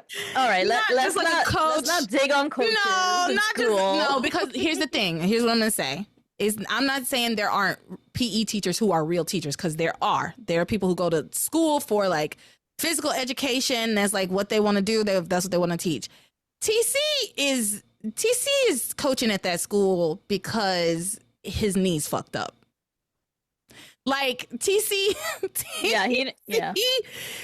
doesn't have like a passion for education. So obviously look at how stupid his kids are acting. She says, I can't let my personal feelings get in the way of me doing my job. Mm-hmm. And then he's like, so why don't you get him another doctor? Why are you so worried about him? Whatever Julian did, he did for the wrong reasons. He's playing some kind of angle. But what I want to know is, why are you so concerned about him? What's going on, Eve? I'm going to tell you right now. Oh, brother, this guy stinks! I hate him. Oh my God. I hated this. I was like, why are you berating this woman for doing her job that puts food in your mouth? Yes. Exactly. Yes. It's her job. And it's a public place. Like, what do you expect is going to happen? Now we know why she walks around with sedatives, because she needs to be giving it to him. She really should be sedating TC. It's probably how he can calm down and go to bed every night. She's like, here's your sedative. Yeah, she probably shoots him up a little something. If you want a sedative or something to quiet your nerves, crush him up a Percocet. So just thinking about TC snorting Percocets before bed. Oh my God. That's just giving me flashbacks on Beth's story. Oh God. Oh, we still have so much to talk about. We'll get there. Okay, so TC, I was like, give it a rest, buddy. But and eventually he calms down. She's like, Julian's my patient. I have to do my job. I took an oath, remember, no matter whether I like him or not, I have a duty to give him the best level of care, right? And so he calms down. He's like, you're right. And you know what? I'm gonna go get us some coffee. So he goes to the coffee shop where he meets Liz. Now, Yeah. we will pick up with his conversation with Liz, but I would rather talk more about Julian and Eve because I'm bored with TC right now. So let's talk about Eve and Julian. So Eve goes back to Julian's room and he accuses him of trying to ruin her life again. She's like, you ruined my life before, you try to do it again. And he says, no, I care for you very much and I just want you to be happy. And I want to be clear, throughout all of this, we're not getting the smarmy Julian at all. We're not getting the smug Julian. We're not getting the like witty Julian. We are getting contrite. We are getting thoughtful. We are getting compassionate Julian, dare I say. Yeah. We're Quiet, getting the contemplative. What do you say, Maria? We're getting the post Timmy Julian. Yeah. We've very much moved into his arc of redemption arc. Yeah. And he's a different person, which he told Whitney on the elevator last week. We talked about it, where he said, I'm not the same person I was. I'm a different Julian Crane entirely. So we're seeing that here. Yeah. Because truthfully, the old Julian Crane absolutely would have called the police by now on TC, right? Which, frankly, the new Julian Crane should do too. But, 100%. But whatever. Eve wouldn't like that, so he wants her back. So they rehash the past. We know about the past. We know that how Julian ruined her life and everything. But he tells her, you know, Eve, I love you. He declares his feelings for her several times throughout this conversation, multiple times. Yeah. She resists him over and over again, and he just keeps saying, you know, I'm not who I was. I wish I could change that. I wish I could go back and change things, but I can't. But I want you to know how much I still love you. But she does resist Julian. She says, there is nothing between us and there never will be. I don't trust you. Fair enough. She shouldn't trust him. He hasn't done anything to earn her trust. I mean, yes, he has saved Whitney but this could easily be, you know, a one-off. It could easily be he hasn't done enough to make up for the past transgressions. Oh God, yeah. So yeah, she tells him there's nothing between us. I don't trust you. And then she questions Julian about why he saved Whitney at great peril to himself. And he says to her, if anything had happened to that beautiful girl, I wouldn't have been able to live with myself. I know how much you love Whitney, and I would have done anything to save her for you. And she accepts this answer. She is softening. It's clear that Eve is softening towards Julian. That is very, very clear. She's starting to do the thing where she's saying one thing out of her mouth, but her physical reactions and her body language say something else. And Tracy, the actress, is doing a very good job of showing the conflict that Eve is having with Julian, because she does still love him, and 100%. She remembers that she really loved him in the past, and they talk about the past, and he asks her, like, don't you ever think about the times that we were together? And she lies and tells him, it was obvious that she lied, but she says, like, no, I never think about that time. Why would I ever think about that? And, you know, didn't she get a vision? So she just had recently had an experience with it. She had like a flashback when they're talking about that. She's having the flashbacks of them together. And but I mean, the green smoke, did she experience a vision? Yeah, they had a vision together, but they've talked about that. But yeah, they had a vision together of but that is what I think sort of reignited the feelings. Yeah, I think that's definitely part of it, for sure. Seeing how their life could have been. Yeah. And then adding on top of it the fact that he saved Whitney. Yes. Yeah. So anyway, she's like helping him get his shirt back on. I guess she was giving him an examination. So she's helping him get his shirt back on. And she had told him that he had like some bruised ribs, but his lungs are fine, but his ribs are bruised or broken. I think he has broken ribs. And so she's trying to help him get his shirt back on, and she's like trying to button it, and she says, like, sorry, I hope I'm not make anything worse. He says, you couldn't make anything worse. You only make things better. You're an incredible doctor, incredible woman, and you're more beautiful than ever. And then he leans in and he kisses her. So now we need to talk about TC, okay? Yeah. So just remember that. He leans in, he kisses her, and Rebecca's not there, but we got Rebecca's music. Yep. And so let's talk about TC. TC goes off to the coffee shop. I guess this was the book cafe. Did it look weird to you? Yeah. Like, have they redecorated the book cafe? Is that a coffee shop, or was that the book cafe? I couldn't tell. I wasn't sure. Actually, it was definitely the book cafe, because at one point in their conversation, TC says something about how Chad works there. So yeah. Oh yeah. Yeah. It just looked weird though, right? And when she mentions Whitney, it was there at the book cafe. Yeah, it was just it looked weird to me. It didn't look like the book cafe, but whatever it was. So he goes to get coffee. He meets Liz there, because he comes in and she's on the phone trying to find a vacant room in town, and apparently all of the inns and hotels in Harmony are all booked up, because allegedly Harmony is a huge tourism hub. Who knew? Who knew? She gets off the phone. TC strikes up a conversation with her saying like, oh, can't find a place to stay in town. And she's like, no, everything's booked. And he explains, yeah, we get a lot of tourists this time of year because people love to come and see the leaves change. So, okay, fine. I mean, that is a New England thing. Yeah. So that's Harmony's claim to fame. I'm a little annoyed that it was Sheridan that caused Liz to come to town for Antonio, and you can't even offer to let her stay with you or put her somewhere. I mean, literally a mansion. Mm-hmm. Yeah. Mm-hmm. And you're going to have this woman find a hotel and put money out of her own pocket because you told her to show up. She already flew her plane here at expense to herself for some shit that you didn't even tell her what was going on. Yeah. You didn't even explain to her who you really were.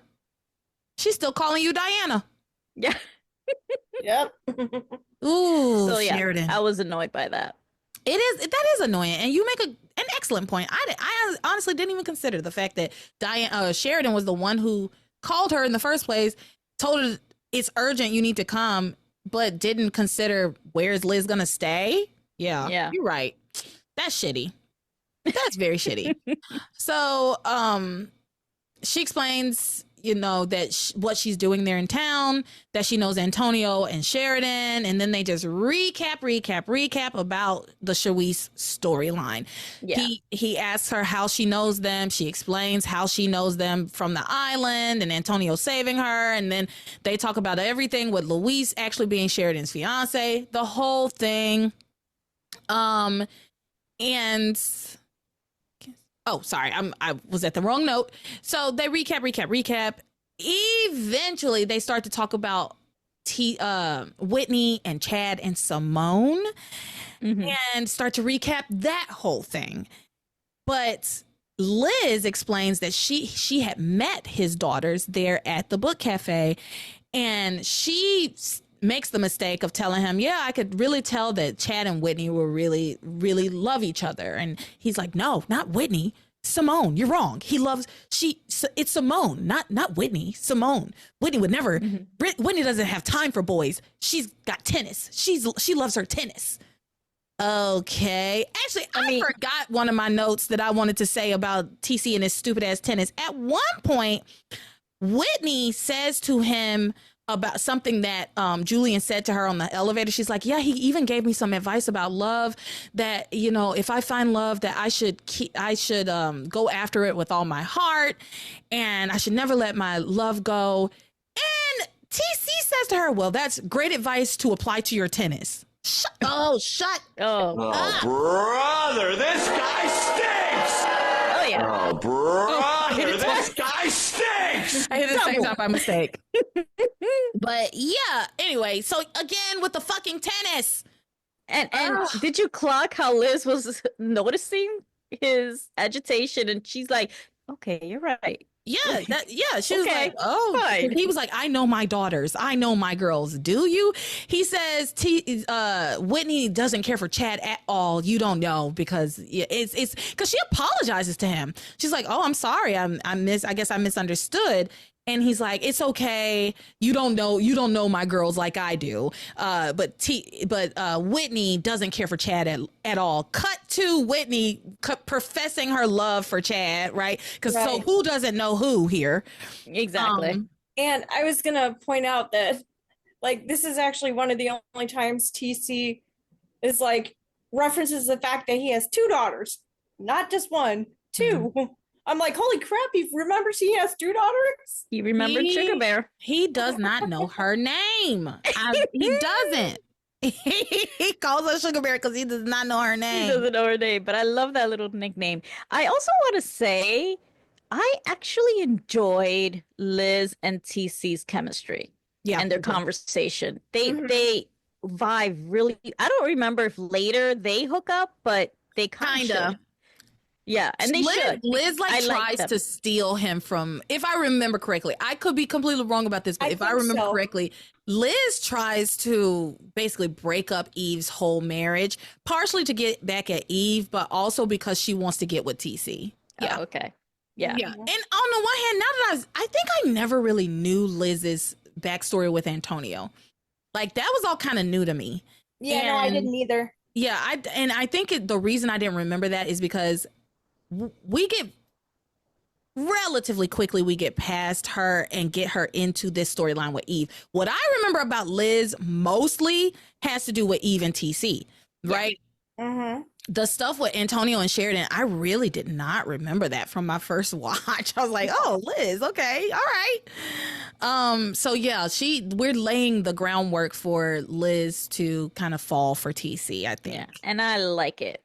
Yeah, I do too. Actually, I do too. Actually, I think these two. I think they're a good match. Yeah, I think these two are a decent match. I hate TC and I like Liz though, so. Yeah. But he's calm around her. He's pleasant. He's smiling. For now, that's how all like abusive men are in the beginning, right? Like, true, but he has like no reason to start bashing on Liz yet. Before they know you, right? Before they get you in their clutches, I guess they're very kind and charming. She has a plus. She's never slept with Julian, so she has that going for her instantly. She has that going for her. Yeah, she never slept with Julian. She never slept with Julian. So eventually, after a nice chat with Liz, TC offers to let her stay at his house at the Russell home, since she can't find a place in town to stay, and she knows people. She's friends with people that he knows, so he decides to extend the hospitality. On the one hand, part of me is like, that's insane. You just met this lady. What are you letting her come to your home where your kids sleep?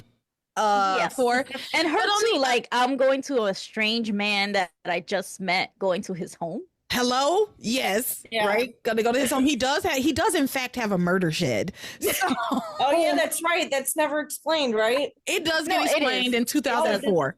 Yeah. Okay. Yeah. But yeah, you're right. On the Liz front, it's like, girl, you really gonna go stay at this random man's house? And you already see get a little agitated talking about his daughters. Like, you notice there's like a little anger issue going on. Well, and I appreciated Liz for what she said to him when he offered to let her stay. She says, is that going to be okay with your wife? Shouldn't you ask her? Yeah. Hello. Yes. Thank you, Liz. Shouldn't you ask your wife? She lives there too. Yes. But at the same time, we all know that the writers did that for a reason. Yes, the writers did that for a reason, but I do love that to me, I think of it as part of Liz's character of like, is this okay with your wife? You should check with your wife, because that's true. You can't just invite people to come and stay. You have to, the reasonable thing for TC to say to her is like, you know what? Let me go and talk to my wife, and we'll see if you can come and stay in the apartment over our garage. Okay, how's that sound? Right? Yeah. Instead of being like, hey, come to my house and stay at my house. And she's like, shouldn't you ask your wife? And he's like, well, I'm sure she won't have a problem with it, but I'll ask her anyway. So that's why he ends up going back to the hospital. Yeah. So he goes as long back as to it's the not hospital. Tabitha's house, since she's tired of people trying to stay in her house. Right. At least it's not Tabitha's house. At least she just got those Bennetts out of there. She just not exterminated, but but she just cleansed her home of the goody goodies. Yep. So anyway, he goes back to the hospital, and when he gets there, he's looking for his wife. His wife is kissing Julian. So that's where we ended this week. He walks in, and I think he sees that, but they did not show us him. I know seeing it. Passions. Right. That's gonna be a fake out. Yeah. Oh, It has to be. Because the storyline will end right there. Because TC would just kill him. It has to be a fake out. It's a fake However, we're gonna go into magic in the next half of this episode, and Charity has seen Miguel kissing what's that girl's name? Kay. Okay. 2 times in the last 2 days Yes. at this point, and Yes. they pretend like it's fine, it's nothing. Both times. So we're going to get into it. But that's all I have for TC and Eve. Anything to add there? No, we dove deep. Nope. We dove deep. All right. Going into not Eve, Grace, David, Sam, this bullshit. I don't have a ton here because they were in like the first 2 episodes and then they weren't in the rest of the episodes really. So everything with their storyline pretty much happens at Crane Industries. With the elevator situation. So a reminder that last week, Sam walked in on Grace telling David that she loves Sam, but she also loves David. So just keep that in mind. Sam knows that he has walked off somewhere with Ivy. They're like he's doing his first responder thing around, right? Meanwhile, Grace and David are down in that machine room where David had pulled that wrong lever. He had pulled that lever. Right? He had pulled that lever and saved the day, I guess. Yeah. But when he did, it like hurt his hand. He like was bleeding or something. So Grace sees it and she like rips up a part of her shirt and it's like, we need to dress your wound. There is a doctor upstairs. There are EMTs around. There's a hospital you can go to. That's exactly what I put in my notes. Why rip your cardigan or whatever that is? You're in a dang hospital. Your filthy fucking sweater. Mhm. Yes. You're gonna get the gangrene. And why are you guys staying down there anyway? Yeah. You did what you were supposed to. Go back upstairs. The crisis is over. You're walking fine. You're perfectly fine. Why are you staying down here? Yeah. And yes, they were both like covered in dirt and filth. And so she rips up a piece of her filthy sweater and wraps it around his open wound. And he and he loves this. He's just eating it up, of course. And he's like, Grace, I love you. And then he kisses her, of course, and they make out for a little bit. But then Grace starts to pull away and she's like, I can't do this. I love Sam. He's the love of my life, but I have feelings for you that I've only ever felt for Sam. It's like, okay, I get it. You're feeling conflicted. I don't understand how she could have grown so much affection for David in such a relatively short time. And we haven't seen them spending much time together beyond him telling her, we once were together. I know that you like honey in your tea and I know you like grapefruit juice, right? We don't see them together that much. We don't, they have conversations about the annulment and about Sam and but not about their relationship. When did she grow these feelings, and how? Is it just the power of suggestion? I mean, she is simple-minded, so maybe it is just that he suggested to her that we are in love, and so she decided yeah, you're right, I do love you. I don't know. Yeah. Simple-minded. And what happened to like wanting to know about your past? Why haven't you been doing one-on-one questions on him or something? 20 questions. That lady doesn't give a fuck about her past. Like, that was the whole reason the one time that David was trying to use, like, but don't you want to know about your past and you're leaving town with Sam? If you leave, I'm never going to tell you about your past. Yeah. And he still hasn't told her about her past.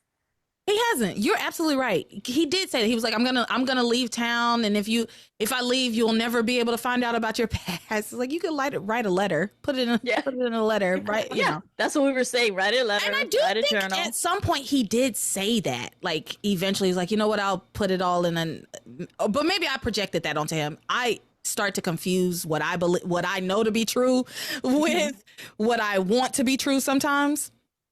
But yeah, you're absolutely right. We've just given up on finding out anything about Grace's past, the first 20 years of her life. And you would think that would be a major driving force for her, a major motivating factor for her. Yeah. And it's if not they just had for spent her. time doing that, then this would make more sense to me. If they had spent time actually going through the past, he had, I don't know. I know he doesn't have any pictures of them because this is all fake. And he said he lost it in a boating accident or some shit. Yeah, but if he was sitting down and just telling her stories, right, of like things that they had done and places they had gone and the kind of person she was, I could see her have falling in love with him that way. Mm-hmm. But we never see them having any conversations beyond, we used to be married, Grace. You're my wife, Grace. You're not married to Sam, Grace. How did you fall in love with him? I don't get it.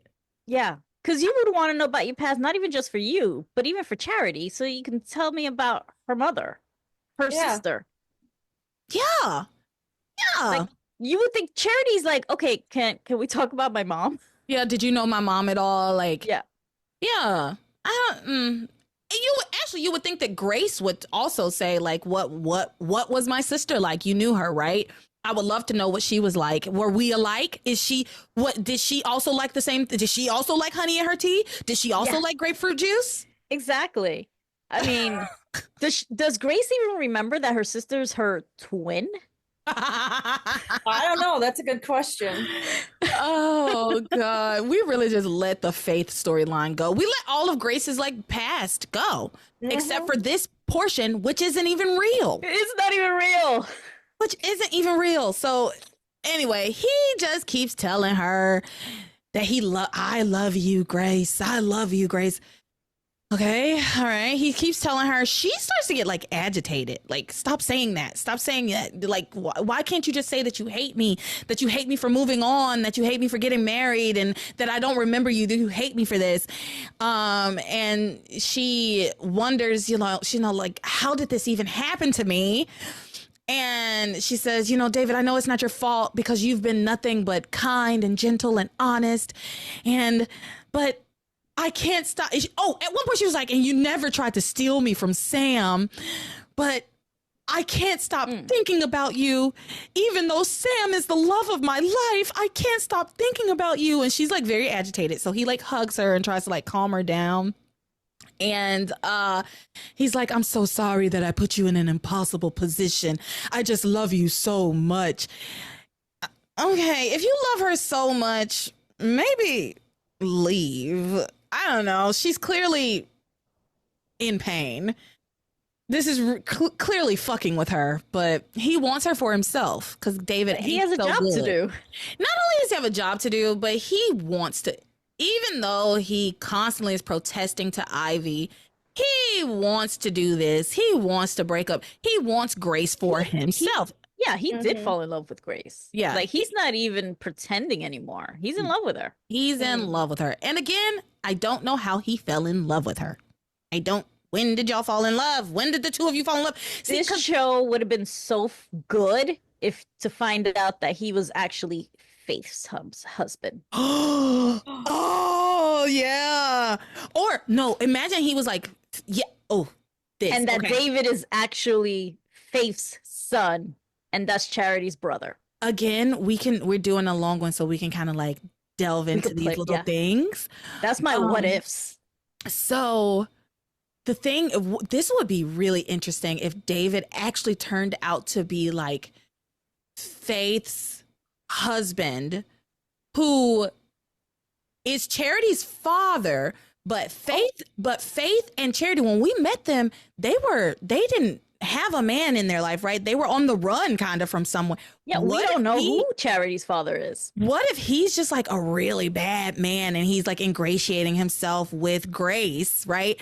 And creating all this chaos just to, one, kind of fuck with Grace, but also kind of like torture his own daughter in a way. I don't know, to get close to his daughter. But yeah, that could have been very interesting. That could have been very interesting, that if David had a connection to Faith and Charity.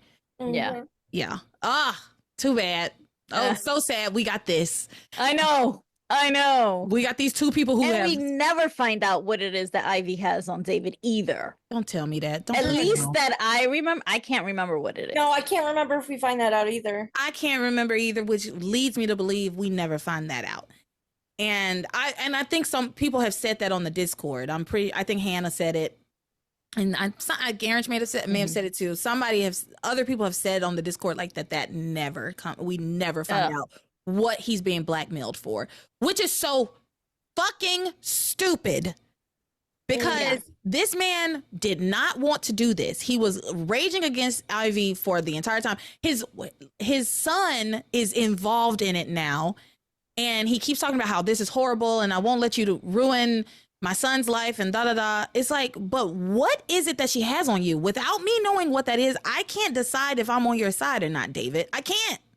Yep. I can't decide if I'm with you or not, because she's blackmailing you. I don't know what she's blackmailing you with, but apparently it's horrible. Horrible. Yeah. I wonder what it is. I wish I knew. It should have been that's Faith's husband. I wonder if any writers, like, I wonder if that was supposed to come up at some point, like they had written it or at least had like outlined it, like what it could have been, and they just never used it. And I wonder if there's a writer who knows what it was supposed to be. And maybe it was, because it would also explain why Grace feels a connection to David, if that's really her nephew. Yeah. Like not to John, not to David. Yeah, to obviously. John. Yeah, if David was with her Faith nephew. and Faith had fathered John, but it wouldn't make sense, because why does Charity not know John? I guess, you know what? What if, let's say this, if David was with Faith, but he was like a bad guy. She had John, and he kidnapped John. He took John away from her, and she could never find him. But then when did she get pregnant with Charity? Like, how would he be Charity's father? Right. Maybe that's what he took when he took John, left but not Charity. Yeah. Okay. He took John, but not Charity.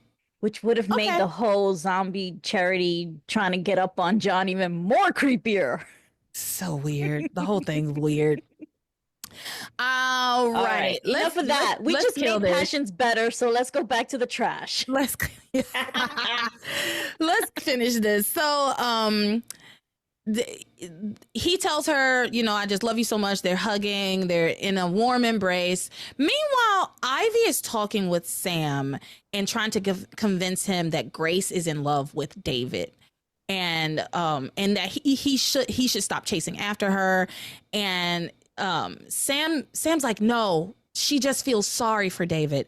And, actually, I feel bad that I was so hard on her about all of this, because I think I just pushed her right into David's arms. And so he starts to kind of go off to find Grace. And Ivy starts to really take a very pointed tone with him. It's like, Sam, stop being so noble. She says, stop being so kind to Grace. She has kicked you out of her bed, for God's sake. And Sam's like, how do you know that? And she says, and she covers this beautifully. She's like, it's a small town. People talk. Fair enough. Yeah. Fair enough. And then But she then said, the person who's talking is his own wife.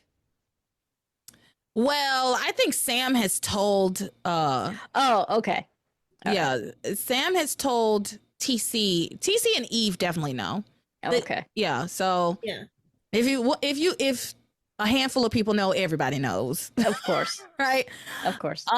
So Ivy's like, a woman doesn't kick a man like you out of her bed unless she has a replacement in mind. A woman wouldn't kick a man she truly loves out of her bed. And Sam hears her say that because he's like walking away from her. Hears her say that, turns around. It's like, actually, I got time today for you, Ivy. He said, wait a minute. What did you say? A woman wouldn't kick a man like me out of her bed if she truly loved him.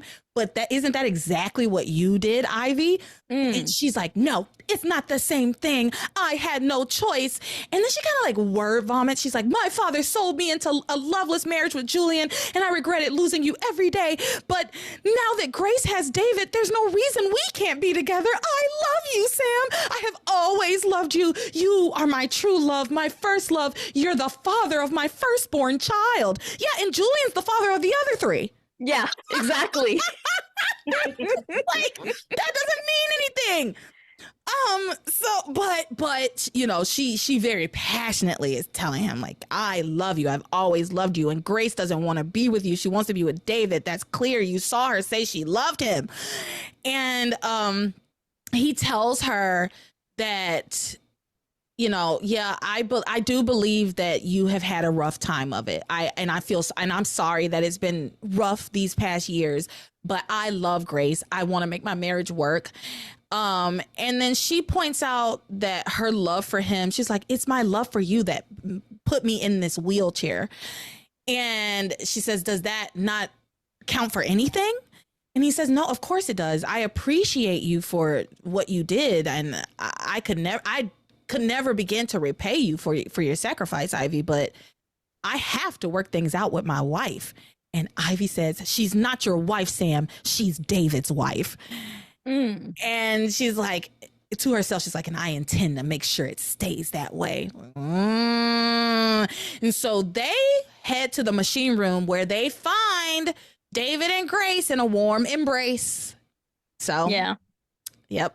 So that is the end of part one. Yay! Part one. Yay! So we talked to Kelly before, and she said she doesn't want to share her social media. Perfectly fine. Maria, where can the people find you on social media? On the Discord. On the Discord. Same for me. None of us want to share our social media. You can find me on the Discord. You can find Passions Podcast anywhere on social media. And I am toying with hiring someone to do social media content creation for me. Yeah, so maybe y'all coming up, you might see that the social media is way better because I'm not the one doing it anymore. So this was the end of part one. Part two will be out next week, where we will talk about magic and what was the other one? Shawise. Oh, good God. Yeah. We have a lot to talk about there. Oh, yeah. So with that, you are my passion for life.